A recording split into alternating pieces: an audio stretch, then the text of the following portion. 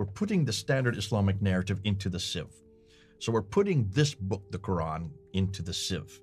And we want to see as we start putting it through the Sieve, what's going to come out below. What's going to come out? What is this? What do we find? Now, in this case, we're going backwards. We want to go and find out what the original one is. So we're putting it through the Sieve. This is the standard Islamic narrative. And guess what we're finding? When we put it through the Sieve, this is what we're finding.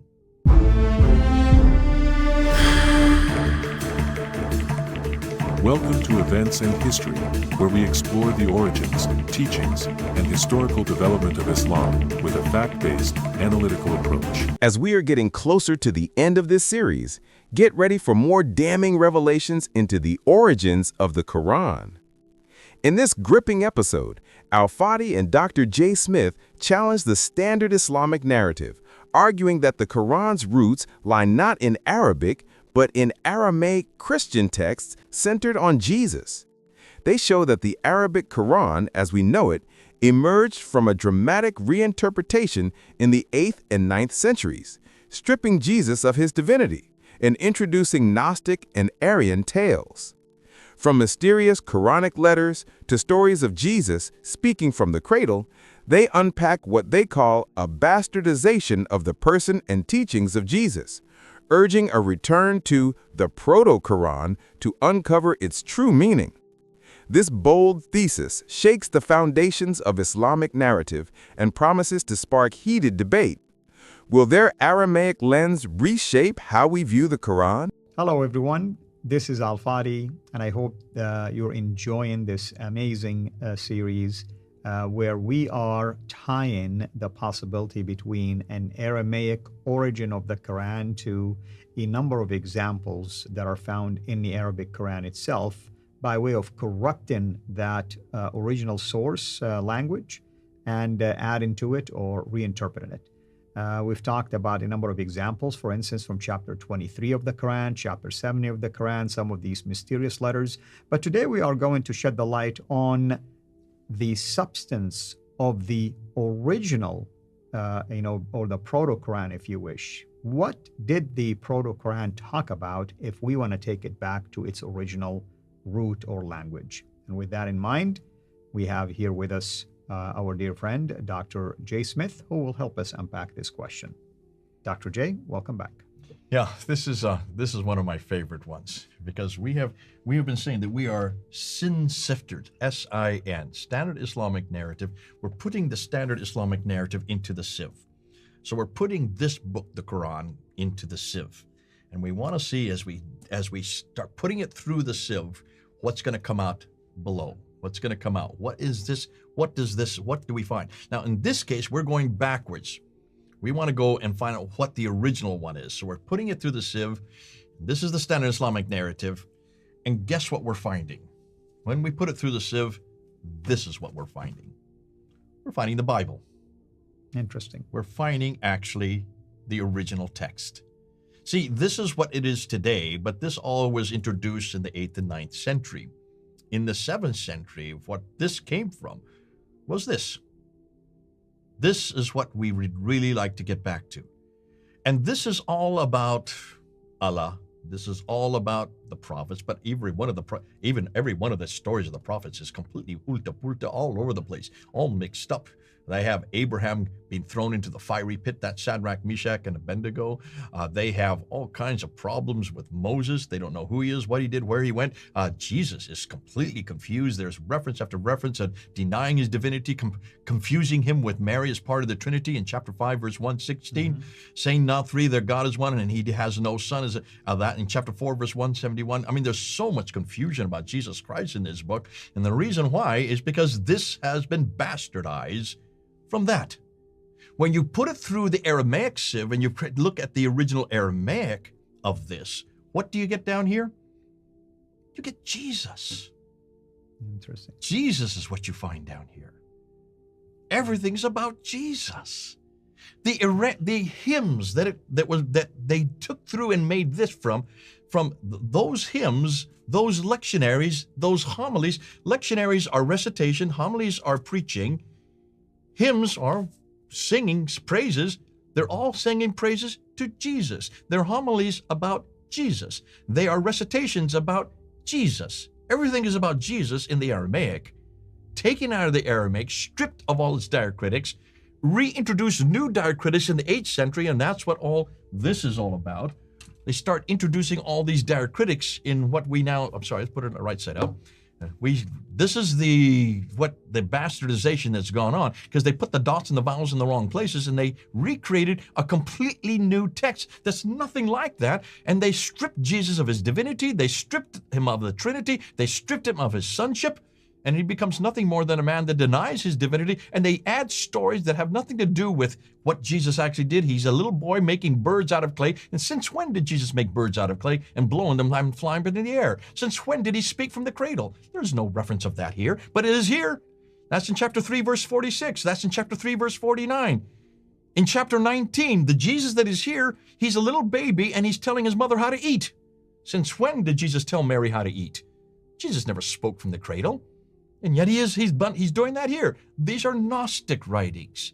These are Gnostic writings. They were introduced in the 4th century. The Jesus that is here becomes a bastardized Jesus. He no longer, he denies his divinity, gets confuses of himself about the Trinity, adds and assumes that Mary is part of the Trinity, and then most heinously, the Jesus that here that dies on the cross refuses to die and lets another man die in his place. This Jesus has been bastardized. I'm sorry, I have to use that word. This is not the Jesus I know. This is not the God I know. Because the God that I know down here, this God that's in this book, this God never deceives. This God never deceives. This God is full of deception. This God not only deceives, he's proud of it. And there you see him here. He takes the image of Jesus, puts it on another man's face. That Jesus does not die. That man who has nothing to do with it, he dies in Jesus' place. In this book, in chapter 4, verse 157.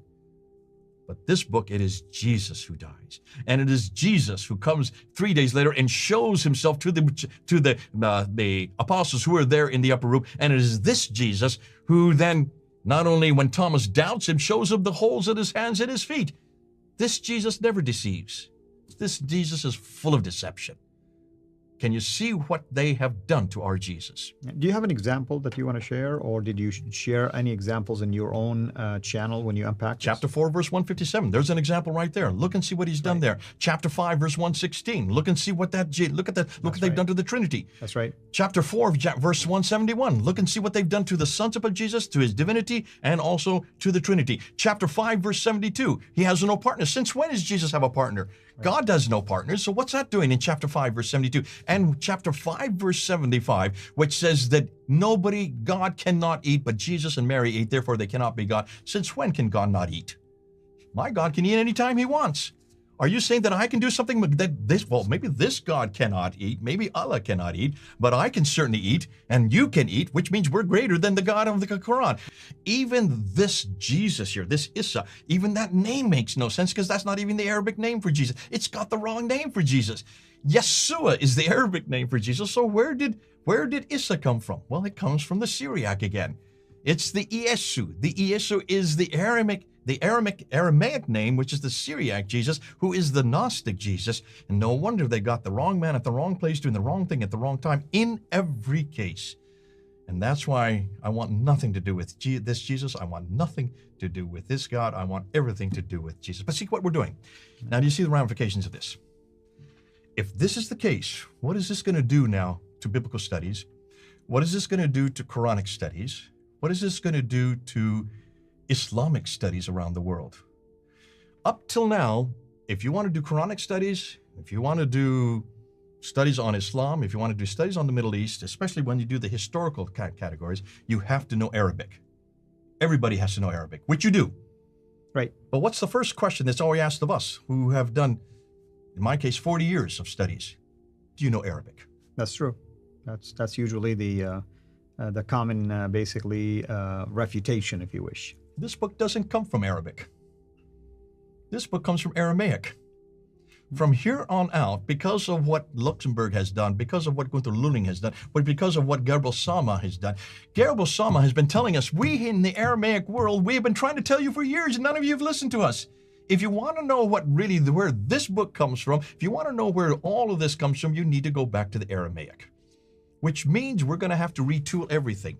All of our seminaries, all our Bible schools, all of our studies on the Quran are going to have to now retool and reform and go back to the original text. You always go back to the original text. You know, that's called textual criticism. You always go to that which it is derived from. That's what everyone's going to have to do, which means we're all going to have to learn Aramaic now for those who really want to study this book, to understand what this book is, to understand where this came from, to understand the Quran. Isn't that what we started this series out with? Right.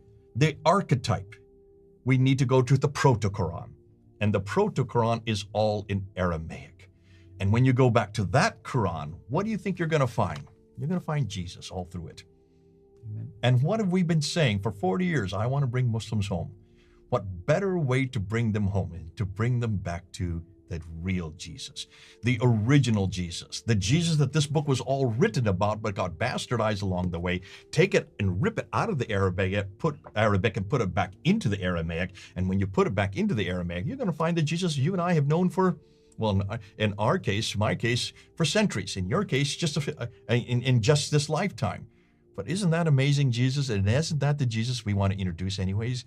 And isn't that exactly what we want to do? We want to bring them home. Let's bring them home. Amen. Away from the Quran, back to the Bible. Amen. And you've been saying this yourself for years, and what a coincidence now. Now we know that we want really to bring him home indeed. Thank you, brother, as always. Next time we will visit another topic related to this series. I think we are going to talk about why the use of the Arabic. Now you can understand why there's so many reference after reference after reference about the Arabic Quran for the Arabic people in the Arab. You wouldn't have to know that. You wouldn't even have to say that unless there was something that is in contradistinction to that. That's true. That's true. Excellent point. And again, hopefully everybody's been enjoying this series. Until we meet again next time in another exciting topic. God bless you. Wow. Al-Fadi and Dr. J. Smith have dropped a bombshell. Seriously, what we've just heard is more than a linguistic revelation. It's a theological earthquake. When Al-Fadi and Dr. J. Smith peel back the Arabic layers of the Quran, what emerges isn't the message of any supposed 7th century prophet called Muhammad, but echoes of an older Christian text, a Proto-Quran built from Aramaic hymns and scriptures about Christ. These discoveries suggest that what millions recite today as divine revelation are hymns and homilies once used to proclaim Jesus as Lord, only to be rewritten in later centuries in Arabic and adapted into a new religion. The implications are staggering. Islam's foundational text may be built upon the very gospel it sought to correct. Yet for those who seek truth, this isn't the end. It's an invitation to return to the original word, the Logos made flesh. The evidence speaks for itself. The question is, what will you do with it? Like and share this video so others can see it.